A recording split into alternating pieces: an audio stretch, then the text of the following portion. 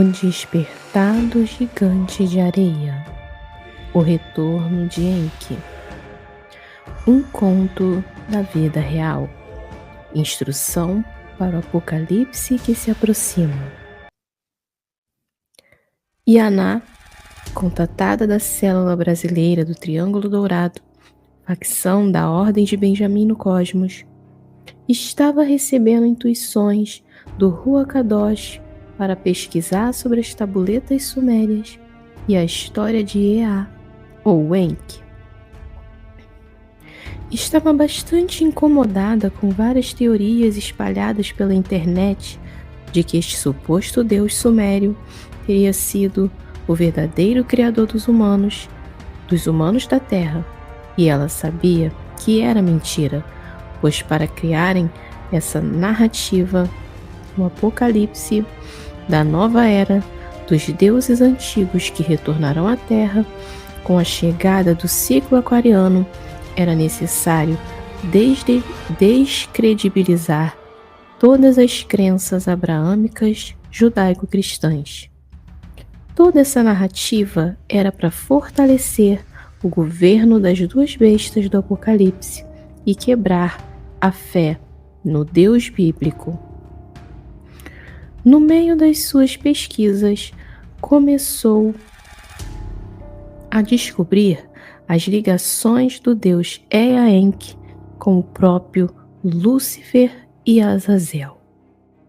Enki era um nome dado pelos sumérios, Ea pelos babilônios, mas Enoque chamou de Azaziel ou Azazel.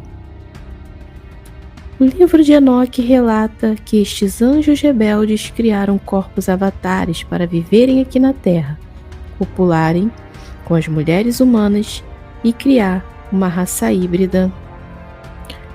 O famoso casar e se dar em casamento, relatado por Yahushua, mas também conhecido pelas religiões pagãs como casamento de fadas. Com o advento do dilúvio, Yaná sabia que os corpos avatares dos caídos foi destruído e suas almas ou consciência foram aprisionados em mundos inferiores, bem como dos gigantes, néfilins e seus filhos. Porém, Yaná ouviu por telepatia que muitos destes corpos estão em câmeras de conservação e em muitas bases e tumbas no subterrâneo da Terra, esperando serem reanimados. A consciência destes seres de volta aos seus corpos do passado, com o advento do Apocalipse. Seria a volta da companhia dos mortos. Após sua pesquisa, Yaná foi dormir, pensativa sobre a informação que recebeu em sua mente. Ainda não estava acostumada com esse tipo de comunicação da Ordem de Benjamim e ficou se questionando se havia pensado aquelas coisas sozinha ou realmente teria sido uma mensagem telepática. Acabou pegando no sono. Quando abriu os olhos, estava em seu trabalho como operadora de caixa de um supermercado no litoral de Santa Catarina. O dia parecia comum, como tantos outros. Estava atendendo os clientes junto com seus colegas de trabalho, conversando e batendo papo com eles e com os clientes. De repente, o relógio tocou. Era a hora do intervalo de almoço. Ao sair pelos corredores, ela vê um aglomerado de pessoas olhando pela vidraça da loja para uma das principais avenidas do lugar. Ela olha para a rua e vê milhares de pessoas com velas seguindo como em uma procissão. Ela olha para o seu gerente, que também vê a cena, e pergunta: "O que está acontecendo?" E ele responde: "Parece que apareceu uma estátua de areia misteriosa na praia e agora estas pessoas estão seguindo até lá em procissão." Sem pensar duas vezes, Yaná corre pelas escadarias do mercado e vai até a avenida dali, e segue a multidão, pois está determinada a saber o que está acontecendo ali. Ao chegar na avenida da praia, Logo ela se espanta ao ver uma cena insólita, uma estátua gigante de areia no meio da avenida e milhares de pessoas com vela se ajoelhando ao redor. Parecia aquelas cenas que a gente vê ao redor de Meca, na Arábia Saudita. Ao olhar de longe, parecia uma imagem de areia do Cristo Redentor, mas ao olhar mais de perto, era uma mistura de gigante sumério Anunnaki e também do Osíris egípcio.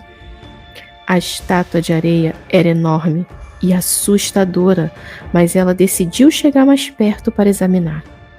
Subiu na estátua. Por perto dele parecia uma minúscula formiga.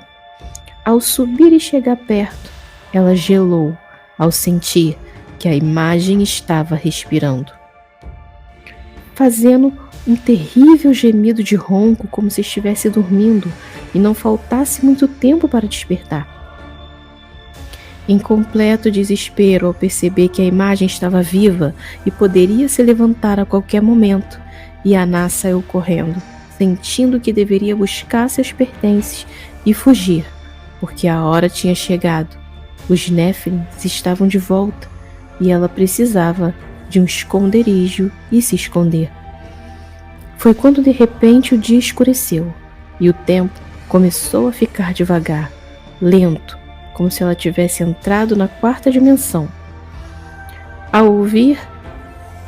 Ela ouviu a voz do gigante em sua mente que dizia: "Não adianta se esconder, pois onde você estiver, eu vou te achar." Yaná começou a sentir um desânimo e uma sensação de dúvida se aquilo estava de fato acontecendo, acompanhado de um sentimento que deveria voltar para o seu trabalho, pois todos estavam voltando já dos intervalos e sentiu que deveria fazer o mesmo. Neste mesmo instante, ela abriu os olhos assustada, suando frio e percebendo que tudo não passou de um sonho ou pesadelo, para dizer a verdade. Dias depois, voltando às suas pesquisas, descobriu um relato de um soldado da Força Aérea Americana, relatando que esteve em uma missão no subterrâneo de brasileiros, e lá ele encontrou uma tumba antiga com o corpo de um gigante adormecido, guardado por uma raça alienígena com aparência oriental, estilo samurais, que relataram a ele que aquele era um importante deus do passado, esperando o momento de unir sua consciência ao seu corpo outra vez. Uma vidente esotérica, amiga deste soldado, disse a ele que recebeu a informação de que aquele corpo era de Enki, o deus geneticista Anunnaki, que criou a humanidade, e que após perder a guerra no período do dilúvio para o seu irmão Enlil, teve que fugir da Terra, mas guardou seu avatar humano em uma tumba secreta. Yaná percebeu chocada ao ouvir aquela informação, que o seu sonho não foi um simples sonho afinal, foi uma intimidação deste ser caído do passado, sabendo que ela estava prestes a descobrir seus segredos, mas também foi com a permissão do Eterno, uma revelação para que ela entendesse e divulgasse estas informações para todas as pessoas que querem saber sobre o Apocalipse e o retorno dos Néfilins.